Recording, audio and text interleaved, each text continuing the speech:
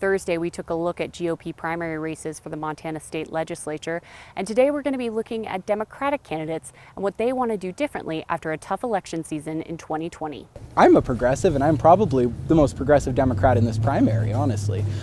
But I know that we have got to go and talk with Republicans regardless of whether we agree, and we've got to let them know that we're looking for middle ground. Jacob Torgerson is a student at Helena College and has been a prominent activist for LGBTQ+ and other social issues.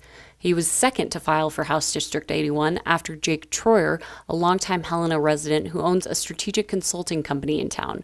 Troyer also served as communications director for the Department of Labor and Industry during the Bullock administration. I've spoken to thousands of voters across the district, and they're ready for someone who is not extreme, more middle of the road, and wanting to work together and reach across the aisle. The third candidate is Melissa Romano, Montana's 2018 Teacher of the Year, who twice lost a statewide campaign against Elsie Arntzen for Montana Superintendent of Public Instruction.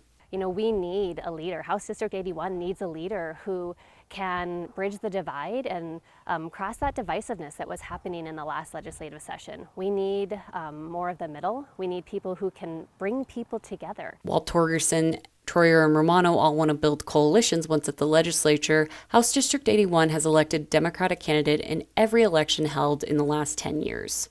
Whoever wins the primary will have many Democratic voters to count on for the general. The situation is different in House District 23, which covers a large chunk of South Great Falls.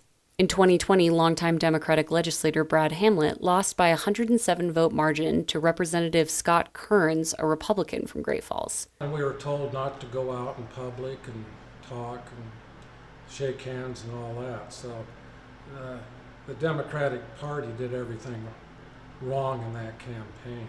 Hamlet's primary opponent is Melissa Smith, a professional pianist and community organizer. Smith also ran in 2020 for a House seat in Great Falls.